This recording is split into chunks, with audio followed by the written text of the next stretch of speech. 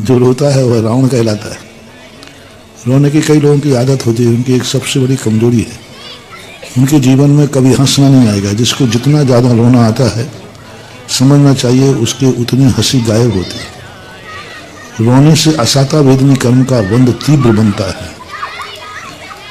इससे जो बार बार रोते हैं उनके रोने के दिन और ज़्यादा बढ़ेंगे। अशुभ कर्म बहुत तेजी से बनता है, अभी उनको सहन नहीं हो रहा है, फिर और नया बनेगा, उसका क्या होगा।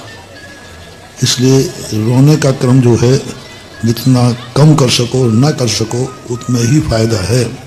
तुम समझते हो कि रोने से हम हल्के हो जाएंगे, रोने से हमारे लिए कुछ सहानुभूति मिल जाएगी? नहीं, इतनी बड़ी कर्म बन जाएगा कि कोई सहानुभूति देना भी चाहे तो वो असमर्थ हो जाएगा, भाई हम कहाँ तक आपकी सहायता करें।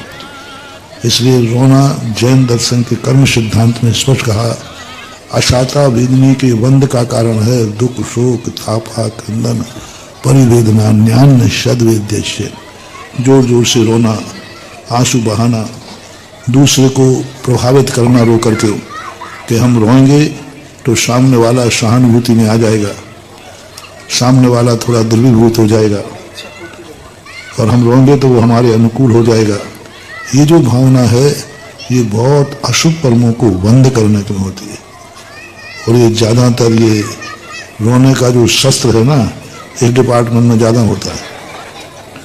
थोड़ी सी कुछ हुआ और आंसू ढुलकाए, इसलिए इनको कोई ना कोई बीमारी लगी रहती है।